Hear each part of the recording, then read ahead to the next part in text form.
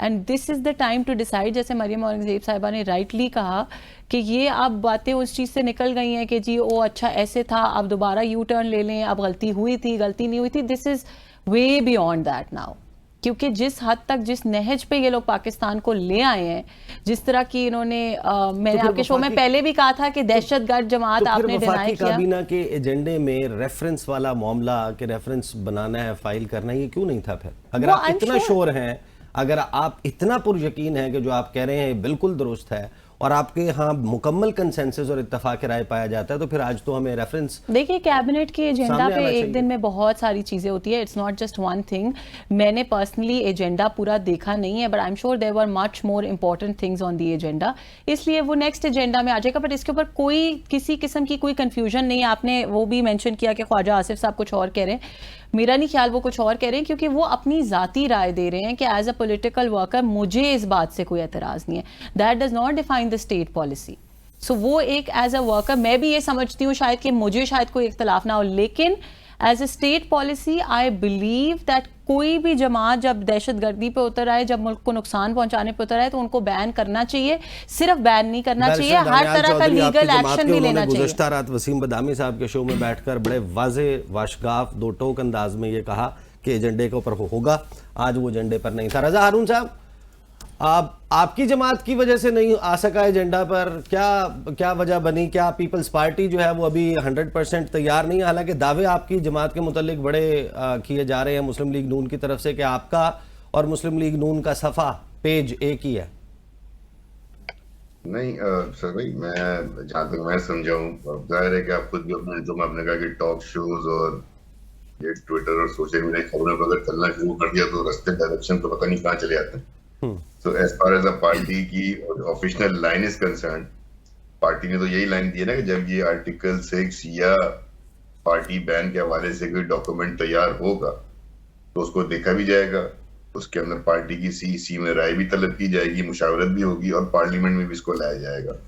ابھی تک جو آج تک ہے مجھے پارٹی کا یہی لائن پتا ہے. باقی جو سب باتیں ہوتی ہیں وہ پولیٹیکل زیادہ ہوتی ہیں, میڈیا کے لیے زیادہ ہوتی ہیں, اور فیکچوئل باتوں کا میں سمجھتا ہوں گورنمنٹ کو بھی پریس کانفرنس کے بجائے بہتر ہوتا کہ جب وہ اس ڈکلیریشن کو لا رہے تھے پارٹی بین کی تو وہ ڈکلیریشن لے کر آتے, اور جس طرح آرٹیکل 6 کی بات ہوئی جب وہ کمپلیٹ ہو جائے, اس کی مشاورت کمپلیٹ ہو جائے, جو بھی ہونی ہے جہاں بھی ہونی ہے, بے شک پارٹی کے اندر ہونی ہوگی, جب تک کوئی ڈاکومنٹ سے اس طرح کی چیزیں تیار نہ ہو جائیں اور فائنل کنسنسس کوئی ڈیسیژن میکنگ نہ ہو جائے, میں سمجھتا ہوں گورنمنٹس کو اصولی طور پہ اجتناب برتنا چاہیے صرف ایسی خبریں آگے دینے سے جس کی paper work. So you think یہ ایک پری میچور پریس کانفرنس تھی, ایک پری میچور پریس کانفرنس تھی, ابھی چیزیں فائنلائز نہیں ہوئی.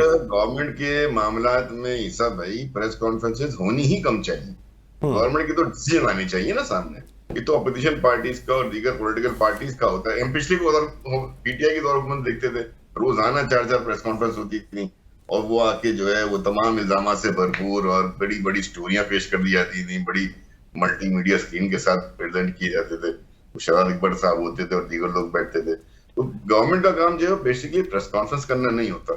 گورنمنٹ کے انفارمیشن ڈپارٹمنٹ کا کام ود ڈیو ریسپیکٹ ہوتا. طارق صاحب ہماری مسلم لیگ کی بہن جو ہے بیٹھی ہیں, یا مریم اورنگزیب صاحبہ, یو ہیو ٹو, آپ گورنمنٹ ہے نا تو آپ نے تو کوئی کام کر کے لے کر سامنے آنا ہے. اس سے پہلے آنا ہے وہ خامخواہ ایک چائے کی پیالی میں طوفان ہی ہوتا ہے نا, وہی چلتا رہتا ہے جب تک کہ وہ نہیں آئے. So that's what it is right now, until unless there is something concrete evidential documentary سامنے آتی ہے تو اس پہ بھی ڈیبیٹ بھی کر لیں گے نا. لیکن آپ کی جماعت کے متعلق جو دعوے آپ کے اتحادی ہے جو آپ کے ووٹوں سے اس وقت حکومت میں بیٹھے ہوئے ہیں, میں آپ کو سنوا دیتا ہوں. بیرسٹر دانیال صاحب تو ہمیں کوئی اور کہانی سنا رہے ہیں پیپلز پارٹی کے حوالے سے, صدر آصف علی زرداری کے حوالے سے. سنوائیں پروڈیوسر صاحب. تو زرداری صاحب کی کلیئرٹی ہمارے تک کمیونیکیٹ بھی ہو چکی ہے, وہ ہمارے ساتھ ہیں, سیم پیج پر ہیں. بیرسٹر دانیال کہہ رہے ہیں, آپ ہمیں کچھ اور بتا رہے ہیں. نہیں, میں تو آپ کو بتا رہا ہوں جو آج ابھی تک کی پوزیشن ہے. میں نے کہا نا کہ میں انہی چیزوں سے اجتناب برتنا چاہیے, ورنہ ہماری ڈیبیٹ ایک ایسی چیز پہ ہوتی ہے جو ایگزسٹ ہی نہیں کرتی. وہ پریزیڈنٹ زرداری صاحب کو اگر کوئی اپنا ورژن دینا ہوگا, ان کے پاس اپنا پریزیڈنٹ کا آفس بھی ہے اور ان کے پاس پاکستان پیپلز پارٹی کے ترجمان بھی موجود ہیں. تو بیرسٹر صاحب سے بالکل نہایت ادب کے ساتھ, he is not the spokesperson for the Pakistan Peoples Party اور دا پریزیڈنٹ آف پاکستان. لیکن رضا ہارون صاحب مسئلہ یہاں پر یہ آ رہا ہے کہ جو پیپلز پارٹی کے سپوکس پرسنز بھی ہیں یا جن کو ہم یہ سمجھتے ہیں کہ جب یہ گفتگو کرتے ہیں تو شاید یہ پیپلز پارٹی کا موقف جو ہے جو ریزونیٹ ہو رہا ہے وہ سامنے آتا ہے، تو جو سندھ کے رہنما ہیں وہ کچھ اور بات کرتے ہوئے نظر آ رہے ہیں، جو پنجاب کے پیپلز پارٹی کے رہنما ہیں فار ایگزامپل ندیم افضل چند وہ گفتگو ڈیفرنٹ کر رہے ہیں، شرجیل انعام میمن دوسری بات کر رہے ہیں، شیری رحمان صاحبہ جو بات کر رہی ہیں وہ میچ کرتی ہے شرجیل انعام میمن سے، فرحت اللہ بابر جو سٹیٹمنٹ دیتے ہیں یا رضا ربانی صاحب اس سٹیٹمنٹ کو آپ کی پارٹی کے سیکرٹری جنرل ڈسون کر دیتے ہیں، تو ہمیں کنفیوژن تو پیپلز پارٹی میں بھی نظر آ رہی ہے۔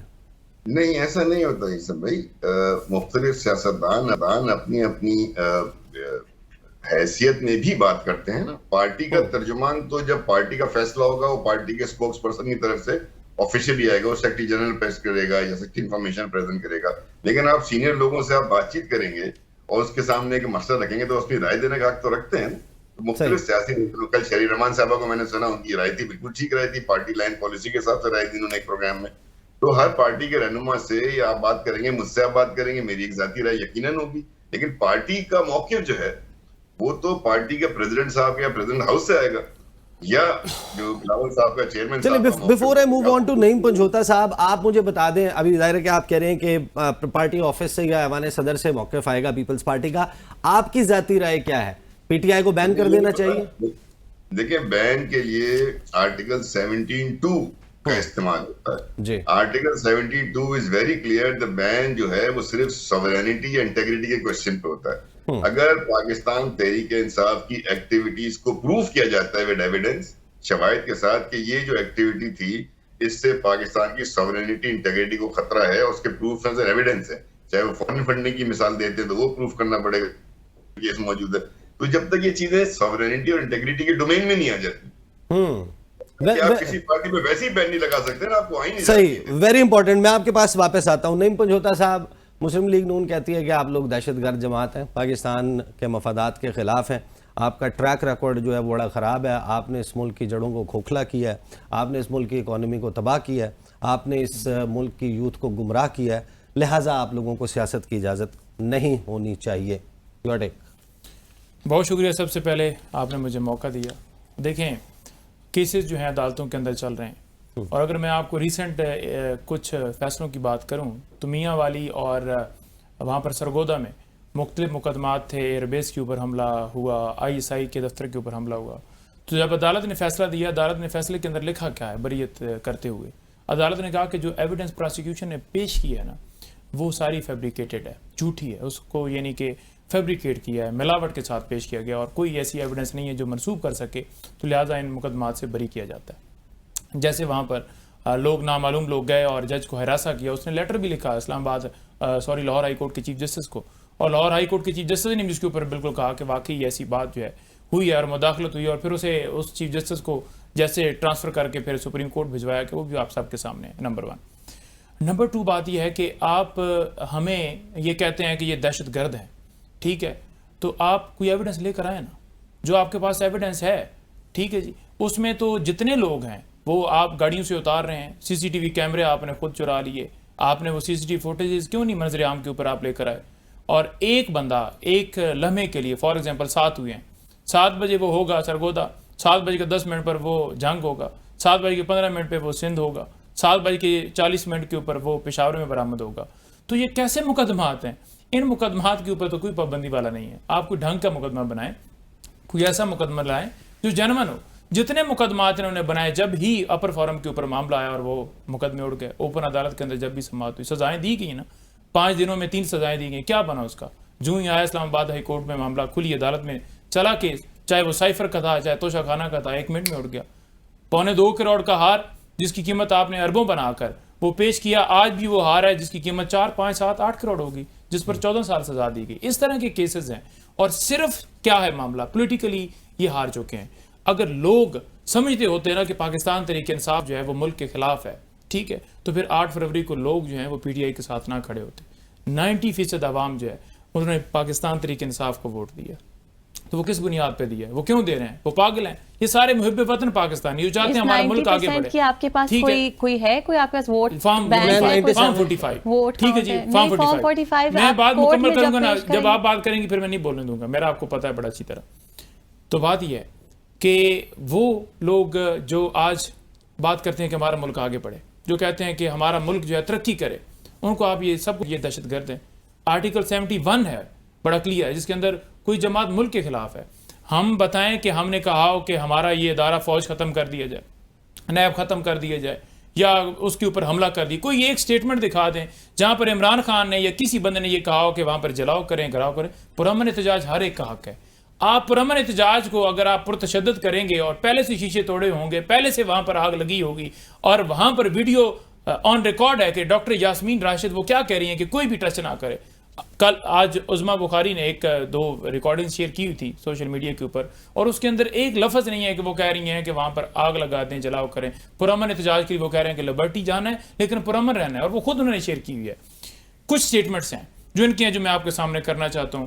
ہماری سٹیٹمنٹس آن ریکارڈ ہیں, کسی جگہ پر ہم نے ایسا نہیں کہا. میں بریک سے آ جاؤں واپس, آپ آئیں, میں بریک لیں گے, بریک سے واپس. تو یہ پنجوتا صاحب کوئی حیران کن چیز شاید سامنے رکھنے لگے ہیں, دیکھتے ہیں کیا ہے, بات کرتے ہیں آفٹر دا بریک.